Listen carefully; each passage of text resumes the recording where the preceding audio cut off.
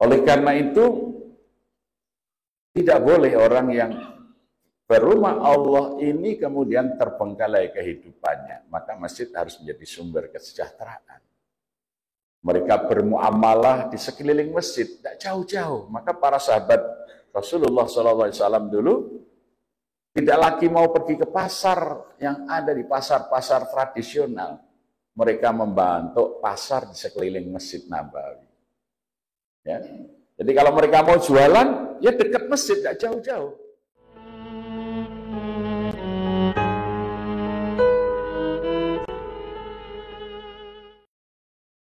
Bismillahirrahmanirrahim. Assalamualaikum warahmatullahi wabarakatuh.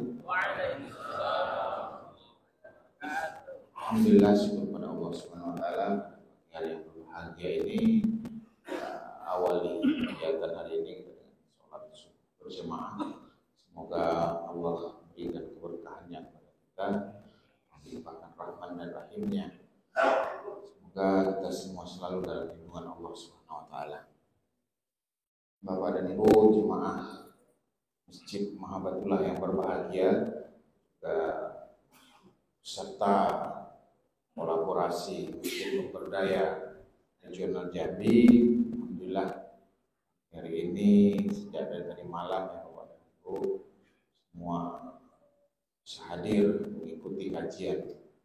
Masya Allah dengan guru-guru kita yang sangat hebat lah dalam pengertian keilmuannya, sudah tingkat nasional bahkan tingkat internasional. Alhamdulillah kita di Jambi ini suatu kebanggaan dan kebahagiaan karena dihadiri oleh guru-guru mulia, kita beroleh ilmunya. Tentunya hari ini pagi ini mohon maaf mungkin acara kita agak singkat, jadi sampai jam 6 saja karena guru kita Jazir pesawatnya jam 7. Jadi mohon maaf tidak begitu lama. Meskipun kita langsung ke Gedung Pola, dan Gedung Pola kita mulai jam 8 karena juga tidak begitu lama. Kiai Pak Jamil ini jadwal tiketnya juga dipercepat, jadwal berangkatnya. Jadi jam 8 sampai jam setengah 10 karena beliau tiketnya jam 11 dimajukan.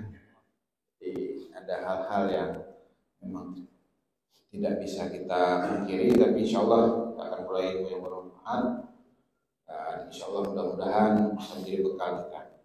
Tanpa panjang kalimat, langsung saja kesempatan ini dan tempat tentunya kita bersolawat kepada Rasulullah, junjungan kita Allahumma sholli ala sayyidina Muhammad wa ala sayyidina Muhammad. Semoga acara di pagi hari ini berjalan dengan lancar sampai dengan akhirnya nanti dan kita beroleh ilmu yang manfaat. Mungkin langsung saja Kiai. Assalamualaikum warahmatullahi wabarakatuh. Waalaikumsalam warahmatullahi wabarakatuh. Alhamdulillahi rabbil alamin wa bihi nasta'inu ala umuri dunya waddin. Asyhadu an la ilaha illallah al-malikul haqqul mubin wa asyhadu anna Muhammadar Rasulullah as-sadiqul wa'dil amin. Allahumma salli wa sallim wa barik ala sayyidina Muhammadin wa ala alihi wa sahbihi ajma'in. Raditu billahi rabba wa bil islami dina wa bi Muhammadin nabiyya wa rasulah. Rabbi zidni ilma warzuqni fahma. Allahumma bika asbahna wa bika amsayna wa bika nahya wa bika namut wa ilaika nusyur. Hadirin wal hadirat jamaah subuh yang dimuliakan Allah. Masjid Mahabbatullah mengingatkan kita pada doa pemimpin Bani Israel, yaitu Talut, yang membawa sejumlah pasukan yang kecil, kemudian dapat mengalahkan pasukan Jalut yang demikian besar dan banyak. Dalam surah Al-Baqarah ayat 249, kelompok Talut ini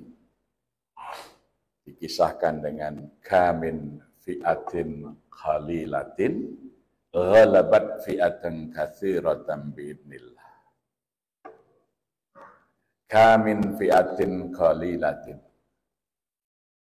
Berapa banyak kelompok-kelompok sedikit ghalatan ya dapat mengalahkan kelompok yang katsiratan yang berjumlah besar.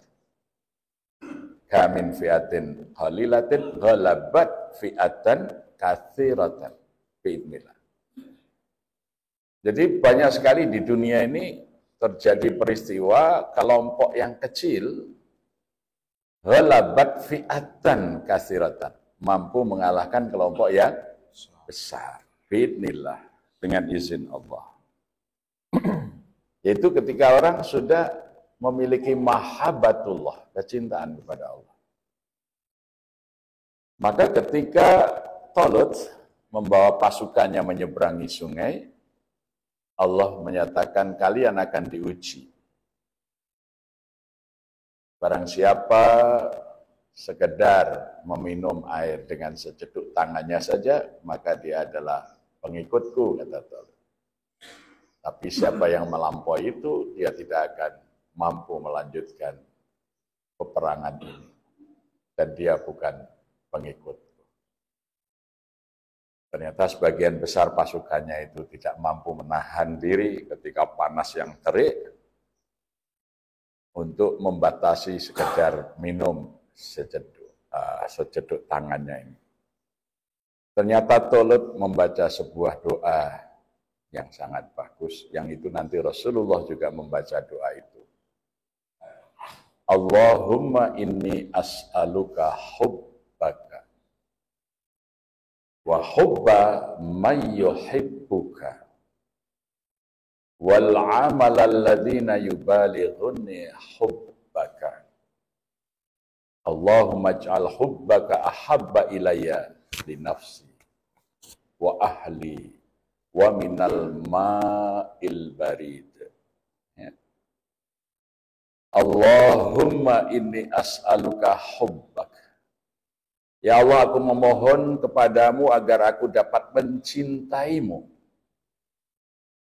Wa hubba may yuhibbuka, dan hanya mencintai orang-orang yang mencintaimu. Wal amal alladzina yubalighuni hubbak, dan jadikanlah semua amal perbuatanku itu jalan menuju kecintaanmu. Allahumma ij'al hubbaka ahabba ilayya li nafsi. Ya Allah, jadikanlah cintaku kepadamu melebihi cintaku kepada diriku sendiri. Wa ahli, lebih dari cintaku kepada keluargaku. Wa minal ma'il barid, dan kecintaanku kepada air sejuk di saat panas yang terik. Jadi cintanya kepada Allah itu melebihi cintanya kepada diri sendiri, melebihi cintanya kepada keluarganya, melebihi cintanya kepada air sejuk di saat panas yang terik.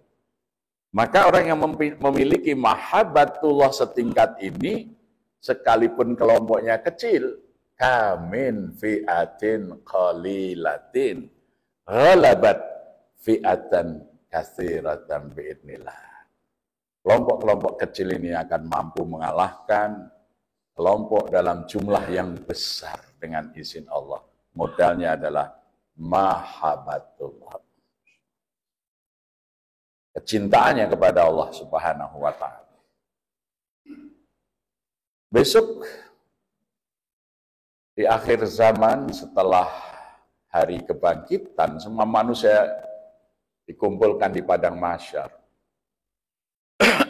Matahari sangat dekat, karena teriknya semua mencari perlindungan. Tapi tidak ada perlindungan kecuali perlindungan Allah. Manusia dengan segala ketakutannya berlari kian kemari mencari payung perlindungan. Pada saat itu terdengar suara Allah Subhanahu wa ta'ala, Aina jironi, Aina jironi. Aina jironi, menggelegar, seluruh umat manusia mendengar. Allah berfirman itu, di mana tetanggaku? Di mana tetanggaku? Di mana tetanggaku, kata Allah. Maka malaikat Jibril menyahut, ya Allah, siapa yang kau maksud dengan tetanggamu, dengan jiranmu itu siapa yang kau cari, ya Allah? Allah mengatakan, jiranku, tetanggaku adalah orang yang selalu mengunjungiku ketika dia hidup di dunia, datang ke rumah-rumahku. Itu orang yang selalu datang ke masjid, ke rumah Allah, ya, mengunjungi Allah. Itu nanti di Yaumil Mahsyar akan dikumpulkan oleh Allah sebagai tetangganya, diberikan perlindungan yang tidak ada perlindungan kecuali perlindungan Allah. Dalam hadis yang lain disebut rajulun mu'allaqun qalbuhu bil masajid, yaitu orang yang qalbuhu, ya, hatinya itu mu'allaqun, melekat. Mu'allaqnya yang menempel. Mu'allaqun qalbuhu, hati mereka itu bil masajid, dengan masjid. Jadi pencinta masjid yang kemana saja dia selalu datang ke masjid untuk menjumpai Allah Subhanahu wa Ta'ala, maka besok akan diberi perlindungan di hari yang tidak ada perlindungan, dan itu oleh Allah disebut sebagai jiran, tetangga Allah. Ya, di saat yang paling menakutkan bagi umat manusia, yaitu di saat di padang mahsyar itu. Yang tidak punya ketakutan hanya tetangga-tetangga Allah yang dijamu dan disambut oleh tuan rumahnya, yaitu Allah Subhanahu wa Ta'ala di padang mahsyar. Itu mereka yang selalu mengunjungi rumah Allah di saat-saat panggilan Allah dikumandangkan. Nah, jadi kalau kita ingin menjadi sebuah kelompok, sekalipun tidak banyak, tetapi mewarnai kehidupan itu apa yang harus dilakukan? Membangun generasi yang mencintai masjid.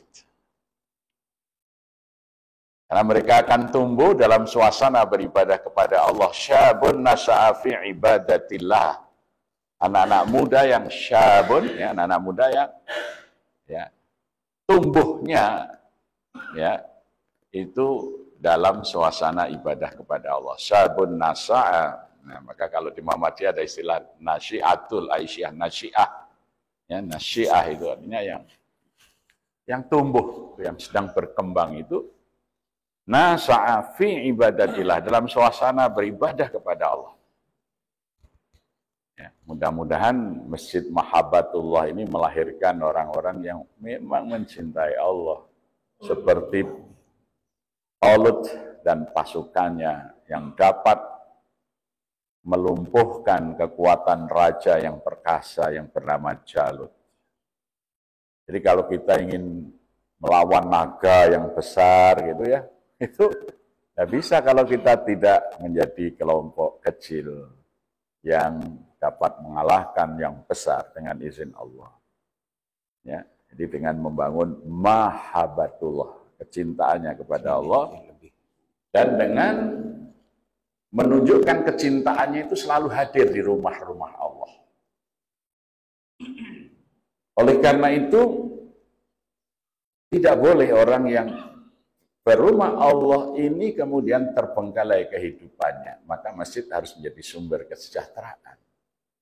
Mereka bermuamalah di sekeliling masjid, tidak jauh-jauh. Maka para sahabat Rasulullah SAW dulu tidak lagi mau pergi ke pasar yang ada di pasar-pasar tradisional.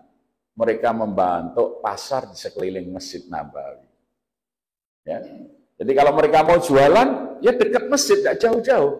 Maka hari ini pusat perdagangan dunia itu ada di sekitar masjid. Hotel yang paling mahal di dunia di mana? Di sekitar Masjidil Haram, Masjid Nabawi.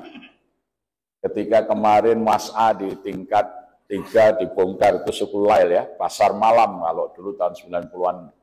Itu kalau kita haji atau umroh itu pasar malamnya dekat dengan masjid. Sekarang dibongkar, bangun untuk tempat sa'i. Waktu pembebasan lahan, 1 meter persegi itu ganti ruginya $200.000. $200.000 kalau dikalikan Rp15.000 berapa? Itu harga tanah per meter persegi yang dekat dengan Masjidil Haram. Di dunia belum ada tanah yang melampaui harga itu. Semua biro perjalanan haji dan umroh kalau menawarkan paket disebut jaraknya sekian meter dari masjid. Ya, jadi transaksi itu ada di sekitar masjid. Kesejahteraan rakyat tumbuh. Jadi para pengusaha, para pedagang, ya, yang kemudian menjadi para muhsinin, para donatur di seluruh dunia membangun masjid di mana-mana itu. Dia tidak jauh-jauh pergi dari masjid. Ya. Tahun 90 saya ada tamu Syekh Madani, itu pengusaha perhiasan di masjid, dekat Masjid Madinah itu. Dia punya banyak toko emas di situ. Datang, saya jemput di Semarang, turun dari pesawat hujan. Beliau mau saya payungi, nggak mau. Hadzal matar rahmah, ini hujan ini rahmat. Jadi saya juga ikut bahasa kuyup ya, karena tamu saya bahasa kuyup. Saya bawa ke Magelang di Pancarga 1, komplek Akabri. Di situ kita mau membeli tanah yang dekat dengan komplek ini pesantren supaya nanti anak-anak akademi militer ya itu bisa sering berkegiatan ngaji di situ untuk membina para calon perwira itu. Ya. Jadi Syekh Madan ini mau wakaf tanah. Sudah tua, kira-kira umurnya 70 tahun. Berapa yang mau diberi Syekh? Ya jalan kaki. Garis itu. Ya. Keliling gitu itu sampai lebih kurang 3,5 hektar di garis, langsung ditanya, ini berapa yang saya kelilingin tadi harganya? Dibayar langsung. Berapa ini? Sudah, ini nanti saya beli. Saya bangunkan pesantren di situ. Kita beri nama pesantren Ruhul Islam. Islam. Dan saya di Batu Malang, kita membebaskan bekas hotel Syahid untuk menjadi SMA unggulan. Dari SMA unggulan bagus tapi gratis ya, gratis karena kita ingin memperbaiki pendidikan, maka sekolah harus bagus. Tapi sekarang banyak sekolah bagus mahal, jadi kita akhirnya orang tua yang memilih sekolah. Nah, maka kalau yayasan Nikaya yang memilih murid, jadi kita mencari murid ya. Ini ada muhsinin dari Madinah juga, pengusaha perhiasan itu. Tapi bukan Syekh Madani datang. Dia naik ke lantai 15, karena sekolah kita itu lantai 15. Di atas itu beliau azan. Kamu dengar azan saya, kalau masih dengar mundur, masih dengar mundur, masih dengar mundur. Di garis keliling itu. Berapa? 25 hektar. Dibeli. Ini para pedagang yang jualannya di sekitar masjid. Pedagang-pedagang emas yang jualan di sekitar Masjidil Haram, Masjidil Aqsa itu orang kaya-kaya dan orang-orang dermawan. Ya. Jadi kalau orang pergi haji itu kan banyak ibu-ibu pulang beli emas. Ya, jadi itu. Jadi para sahabat itu tidak pernah mau pergi jauh dari masjid. Meskipun mereka bisnis, jadi bisnisnya ya cari tempat sekitar masjid. Maka idealnya sekitar masjid kita itu harus menjadi tempat transaksi, ya, yang akan melahirkan pedagang-pedagang yang muhsinin, yang soleh, yang hartanya sebagian besar digunakan untuk jihad fisabilillah. Kalau pasarnya jauh dari masjid, lupa kepada Allah, dia makin kaya, dia tidak akan punya perhatian. Ya. Makanya Allah Subhanahu wa taala ya, menjadikan masjid itu tempat untuk berlindungnya umat atau kaum muslimin. Sehingga Rasulullah bersabda, ya, khairul makan al masjid wa syarrul makan asyuk. Sebaik-baik tempat adalah masjid. Seburuk-buruk tempat itu pasar. Jadi kalau orang semakin jauh dari masjid, ya pasarnya itu jadi pasar yang melupakan Allah. Maka supaya selalu ingat pasar pasti masjid. Tahun 1293 di Turki, ya, itu ada yang mendirikan masjid besar. Kemudian dia membangun di sekitar masjid itu pasar, namanya Al-Bazar. Ya, maka pasar itu dari kata itu Al-Bazar, bazar. Ya. Maka biaya masjid, biaya madrasah yang didirikan itu semuanya dari hasil menyewakan los-los pasar, dan masjidnya menjadi ramai sekali. Ya. Jadi masjid itu membangun pasar. Nah, sekarang ini banyak masjid baru bangun sekolah, belum membangun pasar. Ya. Jadi kalau ya, kita upayakan membangkitkan umat dari masjid, ekonominya harus kuat, maka seharusnya pasar itu digeser dari tempat-tempat yang jauh, didekatkan dengan masjid. Lihatlah di seluruh Indonesia itu masjid yang infaknya paling banyak adalah masjid yang dekat dengan pasar. Jadi orang dagang itu kalau sepi, dia pengen banyak berinfak supaya dilonggarkan rezekinya oleh Allah. Ibaratnya ini musim kemarau harus banyak disiram. Tapi kalau lagi laris dia bersyukur kepada Allah. Jadi nggak pernah infak di masjid-masjid. Di Jogja itu infak terbesar itu di Masjid Mutakin, Pasar Beringharjo. Ya, tahun 95 kami mengumpulkan beberapa pengusaha, kemudian kita mendirikan, ya, BMT Beringharjo. Kita modali, ya, 70 juta. Sekarang BMT Beringharjo itu asetnya sudah 1,7 triliun. Karena apa? Pedagang itu hari ini ada pesanan, dia tidak punya uang. Tapi ada orang mau beli misalnya kain senilai 50 juta, wah nggak punya uang, dia langsung ke pasar itu, ke BMT-nya, pinjam ini 50 juta, selesai transaksi, ambil keuntungannya, hari itu juga dikembalikan ke BMT dan memberi bagi hasil. Ini nggak lama-lama. Hari ini pedagang pasar, ada pedagang itu aksesori perkawinan, ya, itu banyak dari Palembang, dari mana kan, dari Lampung itu kan untuk mahkota itu, yang keemasan itu semuanya sebagian besar diproduksi di Jogja. Ya, dibeli di pasar itu. Berapa ini satu set? Beli berapa set untuk disewakan di, mungkin di Jambi juga, di Palembang, di Lampung itu. Sekian. Pas datang, dia mau ngambil nggak punya uang, datanglah ke BMT. Tunggu sebentar, berikan barangnya, setelah dibayar, ya mungkin ditransfer dulu, di cash berapa, transfer kekurangannya berapa, itu cuma seminggu, 2 minggu, sudah lunas itu. Ya. Jadi di pasar itu begitu cepat, ya, transaksi. Jadi masjid yang ada di pasar itu infaknya banyak, apalagi ketika di situ ada Baitul Mal wa Tamwil. Kalau di Banjarmasin namanya Masjid An-Nur.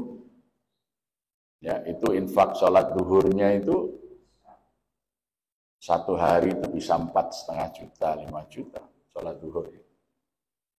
Kalau kita ke daerah Sekumpul, Guru Ijai itu namanya, ya, Martapura, Kalimantan Selatan, pusat perdagangan intan, ya, batu-batu mulia, namanya Masjid Al-Mukarramah.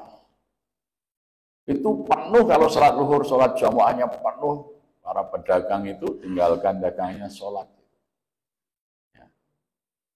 Infaknya itu bahkan sholat zuhur itu sehari bisa sampai 10 juta. sholat zuhurnya. Itulah masjid-masjid yang ada di pasar. Maka sebaiknya kalau kita ke depan mau mendirikan masjid, ya, membangun kesejahteraan umat, idealnya direncanakan di dekat kawasan masjidnya itu pasar. Maka kami di Jogokarian membuat namanya pasar rakyat karena tidak punya pasar. Jadi orang-orang yang jamaah subuh itu kita beri voucher belanja 10.000. Tapi belanjanya di pedagang yang kita beri modal, jualannya di sepanjang jalan masjid itu. Sekarang ada 106 pedagang yang kita bina. Ya. Rame kalau subuh, apalagi kalau Sabtu Ahad itu ya mau sarapan lontong opor sampai ya sarapan apa saja ada di situ. Orang senang subuh karena bisa belanja. Ya. Nah, untuk mengungkit UMKM itu saya ajak jamaah mentraktir jamaah yang lain. Ayo kasih voucher, satu voucher 10.000, nanti belinya di pedagang kita. Pak, saya 2 juta, berarti naktir berapa orang? 200 orang. Ada yang saya 10 juta, naktir berapa orang? Ya, akhirnya subuhnya meriah. Jam 3 pagi itu anak-anak SD itu sudah bangun jemputin teman-temannya untuk bisa dapat 10.000. Ya. Jadi orang tua itu membangunkan anak diupai 10.000 untuk subuhan berat. Tapi ketika masjid yang memberi, oh berbondong-bondong itu anak-anak pun pagi sudah sholat. Ini menjadi gerakan ya, mencintai masjid. Jadi masjid dan pasar itu sesuatu yang tidak boleh dipisahkan. Inilah yang dilakukan Rasulullah. Dan sampai hari ini tidak ada masjid yang terpisah dari pasar. Itu masjid yang dibangun oleh Nabi. Ya. Coba kita umroh aja, datang ke Masjid Kuba, pasti di situ pasar. Orang dari jualan siwak, jualan kurma, sampai jualan perhiasan itu ada di sekitar masjid. Kalau kita ini oleh Belanda diajari, masjid itu dibangun dekat kuburan supaya sepi. Jadi yang ke masjid itu yang sudah bau tanah aja. Sudah bau. Itu. Jadi ini cara merusak Islam itu begitu. Ya. Jadi kalau masjid itu dekat, orang tuh senang datang ke masjid, pulang dari masjid habis ceramah subuh mau belanja apa. Ya. Dan saya punya pesantren di lereng Merapi, saya tanamin sayuran, gitu ya. Nah, di situ kalau kita panen, bawa aja ke masjid, bungkusin gitu, gratis. Ya, cabai, terong, ya, wortel. Kita juga membantu di daerah-daerah petani sayur itu, ketika harga sayuran murah itu, kita beli di atas HPP supaya petani sayur tidak rugi. Nanti kita bagi ke masjid-masjid gratis untuk jamaah. Sekedar apa? Infak saja. Nah, ternyata kayak ada ibu-ibu itu yang kaya gitu ya, ikut membeli itu sayur yang murah. Setelah itu dia, Pak, ini berapa habisnya? Oh, itu kemarin kita borong itu cuma 2,5 juta aja, dapat sayur banyak. Saya titip yang untuk 2 hari 5 juta.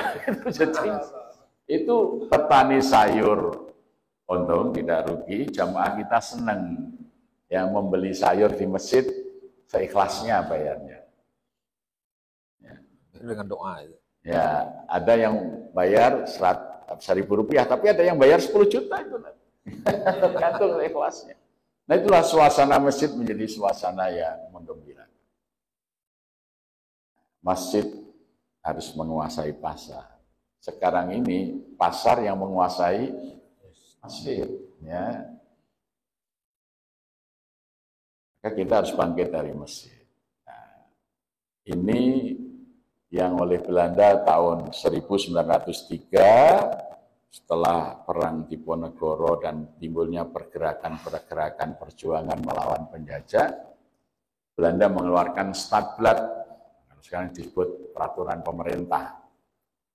Ya, nomor 26 tahun 1903 yang melarang masjid untuk pusat kegiatan masyarakat termasuk kegiatan ekonomi. Sehingga Rab agama, kiai-kiai menjadi pegawainya pemerintah Belanda, kemudian membuat fatwa. Di masjid tidak boleh jualan. Padahal hadis itu betul. Rasulullah ketika sedang mengimami sholat mau takbiratul ihram sudah qomat, di belakang masih ada yang tawar-menawar. Ya, orang Arab kan tahu sendiri kalau tawar-menawar suaranya keras. Maka Rasulullah kemudian menengok ke jamaah, siapa yang jual beli dalam masjid ini, saya doakan bangkrut. Nah itu ditafsiri seakan-akan di luar masjid dianggap di masjid. Padahal masjid itu ada batasnya. Yang dilarang jual beli itu di masjid, yang itu ditulis itu batas suci. Itu batas suci kan itu. Lah yang di situ itu yang tidak boleh jualan. Di halaman masjid harus jualan. Uang itu harus beredar di kalangan sesama mukmin. Tapi kiai-kiai yang mewarisi doktrin Belanda, wah, ini masjid nggak boleh jualan. Kiai yang terjajah Belanda sampai hari ini.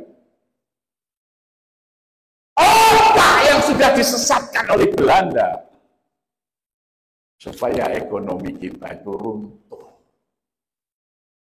Kiai yang seperti ini kalau ngurus masjid segera ganti supaya umat Islam bisa bangkit dalam kebenaran mengikuti sunnah Rasul. Ya. Kiai bodoh gak ngerti agama, dia ngertinya cuma fikih. Otaknya tersesat oleh doktrin-doktrin penjajah. Masjid aja lagi buka gerai sedikit, gak boleh, ini masjid untuk jualan, masjid itu untuk akhirat. Baiknya kayak itu lempar aja ke sungai itu. Yang mandi bersih, otaknya dicuci. Kayak sesat, nggak ngerti agama. Ini strategi penjajah dulu menghancurkan kekuatan umat Islam. Ya, alhamdulillah Masjid Mahabbatullah ini didirikan dan dikelola oleh seorang pengusaha ini, Bang Zalhendri. Mudah-mudahan ke depan ini bisa dirintis, ya, minimal dimulai dari pasar Jumat. Jumat itu jualan daging di masjid, potong seekor sapi, ya.